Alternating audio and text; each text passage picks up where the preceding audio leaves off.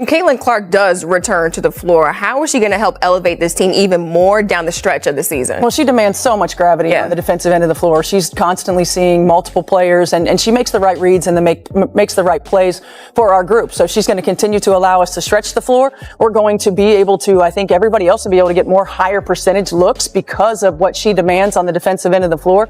And she brings our own defensive versatility because of her length, because of her size.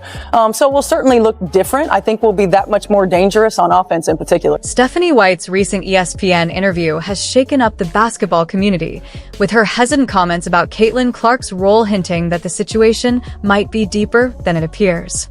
Right. Stephanie White, do not put Ari and Kelsey and Caitlin on the floor at the same time. Please don't do it. Please don't do it, man. Please. All right. That lineup made no sense at all. All right. Why would you do that? Why would you do that, Stephanie White? All right. Now, during a Monday appearance on ESPN's NBA Today, Stephanie White offered an update that left fans more confused than reassured. Rather than delivering the clear timeline Fever Nation was hoping for regarding Clark's return, White dropped a surprising revelation that has the fan base buzzing. Not only did she avoid giving a definite return date, but she also changed the conversation around how the superstar might be utilized once she's back. And we've got Stephanie White praising Caitlin Clark. Did hell freeze over somewhere I don't know about? I don't know. We'll see. But she actually made some very nice comments, I guess, about Caitlin Clark today. She was on with ESPN. Right now, it's day-to-day. White explained. We're not setting a timetable. She's going through rehab, then we want to gradually reintegrate her with strength and conditioning before getting her back into basketball activities. But what followed those words is what really raised concerns among Fever fans, especially those who felt their franchise star has been mishandled throughout the season. Thankfully, she went on ESPN and didn't use the phrase blessing in disguise. Like, I mean this when I say this. Like, I've said this about Stephanie White plenty of times. I actually think Stephanie White's a hell of a coach. So many people are like, oh, you've done nothing but criticize Stephanie White. I think she's got flaws. I think her rotations are iffy. I think her game plans are good. I think her defense is good. And I think her ability to get a team together is pretty good. I think she likes to play a bit slow, but she is very good. What Stephanie White is really good at is making players and teams play better than they should. If you're enjoying this, don't forget to subscribe. White also shared that when Clark returns, her role might look different, moving away from what made her such a dominant force in women's basketball. I think it could actually benefit us to get Clark off the ball a bit more in certain situations, White said. Playing her on the wing gives her a chance to catch a breather and lets us create more diverse looks for the team. In everything that we do, for us, moving her off the ball a little bit more so she's not getting worn out in game, just handling the ball 94 feet. And then we're challenging her on the defensive end of the floor as well, like being a better defender. The best that for us as an opponent, you want to attack a good offensive player by making him play on the defensive end, putting him through the ringer. So being a better defender. Here we go again with Stephanie White, trying to fit the generational talent of Caitlin Clark into just another piece of her cherished system.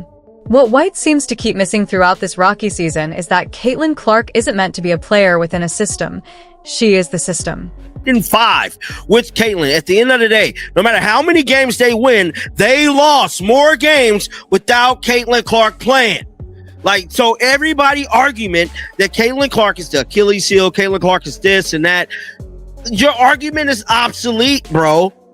They will forever have that notion on there, that blemish on there. Now, if they would have won more games, lost less, then you might have had something. But by them losing 7 damn games without Caitlin Clark playing lets us know that, they need Caitlin Clark. When you have the NCAA Division I all-time leading scorer, a player who transformed women's basketball and brought the sport unprecedented attention, you don't try to force her into a slow, methodical offense like the Connecticut Suns. Instead, you build everything around her exceptional talents. But White, sticking stubbornly to the same strategy that made the Sun one of the lowest-scoring teams in the WNBA last season, keeps trying to fit Clark into a role that limits her impact. The numbers tell the story of the damage this has caused. Clark has only appeared in 13 games this season due to a string of soft tissue injuries. When she's been on the court, she's been far from the dominant force who electrified college basketball. Her field goal percentage has fallen to 36.7%, and her three-point shooting has dipped alarmingly to 27.9%.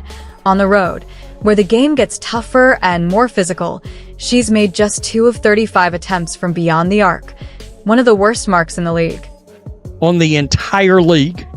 Remember, she literally added like nearly 3 points a game to her average. She was setting records for assist. Now, that's with Christy Sides having understood the job and just letting Caitlin Clark go wild. That's why I won't buy into the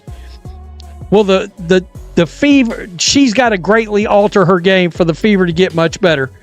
No, she came back last year. She went scorched earth, and they were beating nearly everybody. White's fixation on controlling Clark's minutes and role has been nothing short of disastrous. While other coaches recognize that generational talents thrive when given the freedom to play their natural game, White has repeatedly tried to put training wheels on a Ferrari. The outcome: Clark has missed more games with injuries in her sophomore season than she did throughout her entire college career. "I'm not a fan of minute restrictions," Clark said earlier this season. "I told them, I don't want to come back unless I'm 100%. Why would I play just 20 minutes? Yet here we are, with White continuing to treat the league's brightest star like she's fragile glass. Ironically, White's cautious approach has led to Clark getting injured more often than when she was logging 35-plus minutes per game in college, leading Iowa to consecutive national championship appearances. These soft tissue injuries keep mounting precisely because Clark isn't allowed to play in the rhythm and flow her body is used to. I know she wants to be out here on the floor. We want her out here on the floor, but making sure that she's ready is the most important thing. I still don't know how far we are. We're going to take it one step at a time, one day at a time, and go from there. One of the most frustrating parts of White's strategy is her insistence on having Clark play off the ball.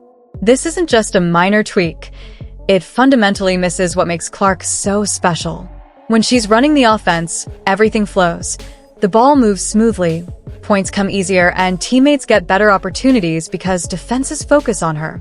"That's where I'm at my best," Clark said when asked about the possibility of playing more off the ball. Her body language during press conferences makes it clear she's frustrated being asked to fill a role that doesn't play to her strengths. The results back that up. In the limited time Clark has played this season, especially when tasked with an off-ball role, the Fever's offense has often looked disjointed and lacking energy. In her return game against the Golden State Valkyries, under White's new system, Clark scored just 10 points on 4 of 12 shooting, one of her roughest outings this year. Ari McDonald, all she care about is putting the ball in the hoop. Everybody want to score. That's it. Y'all can barely look. Y'all had 17 assists against the Aces the other night. Y'all can't even put up 20 assists a game. That's sad. That's pathetic. Y'all don't be getting Sophie the ball when she open. You know what I'm saying? She be playing defense and everything, and Lexi Hull. Y'all need to reward those girls. They working hard, bro. Those are some hard-working women at the end of the day. You hear me? That's crazy. What makes this whole situation even more frustrating is the physical abuse Clark has had to endure while White's system has failed to shield her. The numbers are staggering. 17% of all flagrant fouls in the WNBA this season have been called against Clark. When 80% of those come from just one team, the Chicago Sky, it's no longer coincidence.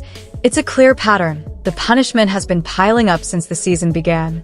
From Kennedy Carter's blindside hit to systematic targeting by multiple teams, Clark has taken hits that might have ended careers in past eras. Even more maddening is that the players responsible have largely faced no serious consequences. Take Marina Marie, for example. After Clark was poked in the eye, Marie delivered a brutal body check, but only received a technical foul that was later upgraded to a flagrant. No suspension followed, just a fine, and the green light to keep going after the league's most valuable player. Meanwhile, White's answer hasn't been to push for tougher officiating or protection. Instead, she's further limited Clark's role on the court. All of y'all who said we were exaggerating, Caitlin Clark's not getting fouled, bruh, it's to the point where we have this going on. The most harmful part of White's coaching isn't just the tactical errors. It's the toll it's taking on Clark's confidence and impact. This is a player who excelled under pressure at Iowa, who raised her game in critical moments and lifted her teammates simply by playing in her natural role. Instead, White expects Clark to return and fit into a system that clearly doesn't play to her strengths. She talks about reintegrating Clark gradually from a strength and conditioning perspective, treating her more like a role player coming back from injury than the franchise's face and arguably the league's top talent. Consider some legendary point guards for comparison. Could you imagine Magic Johnson being asked to play off the ball just to give him a breather? Or John Stockton told to stand on the perimeter while someone else ran the offense? It sounds ridiculous. Yet that's exactly the direction White seems to be pushing for a player who should be handling the ball as much as possible. Listen to this. Yeah, we have updates and our recovery's going well. It's just, I think for us staying the course and making sure that we're really diligent about each step that we take and that we don't have setbacks and that we're patient with it. I know she wants to be out here on the floor and we want her out here on the floor, but making sure that she's ready is the most important thing. I still don't know how far we are. We're going to take it one step at a time, one day at a time. And go from there. Fans have reached their limit. Social media is buzzing with criticism of White's management of Clark, with many demanding a change in leadership. Stephanie White needs to stop trying to control the game and just let CC take over, one exasperated supporter wrote. Another added, "I've never seen CC look this defeated." White's approach has broken her spirit. The frustration is clear. Fans aren't here to watch a slow, methodical offense that feels more like a grind. They want to see Clark do what she excels at, work her magic with the ball, hit unbelievable shots, and lift the entire team's play. Instead, they're stuck watching a toned-down version of a generational talent, boxed in by restrictions that stifle her true impact. A S1 fan summed it up perfectly. If they lose, they lose. But no one wants to watch a game where she's just parked in the corner. I think the obvious issue is Stephanie White is so stubborn to fit a circle in a square peg instead of utilizing the strengths of the team. And she probably felt relief because Caitlin Clark was hurt that, this is my time. I could introduce the culture and the system. And some actually bought in. And then when Caitlin Clark comes back, she doesn't know how to use her. What makes Stephanie White's approach even more baffling is the championship window slipping through the Fever's fingers. The team boasts talented players like Aaliyah Boston and Kelsey Mitchell who can shine alongside Clark. Yet, instead of crafting an offense that leverages each player's strengths, with Clark clearly as the centerpiece, White stubbornly clings to a system that succeeded in Connecticut with a completely different roster. Last season, under Christy Seidels, the Fever finished 20-20 and broke their playoff drought for the first time since 2016. Seidels at least recognized Clark's role as the franchise's driving force. Now, despite higher expectations and a stronger supporting cast, White seems more intent on proving her system's supremacy than adapting to her players' unique talents. A.S. Clark works through her recovery, and White discusses reintegrating her into a system that's shown clear flaws.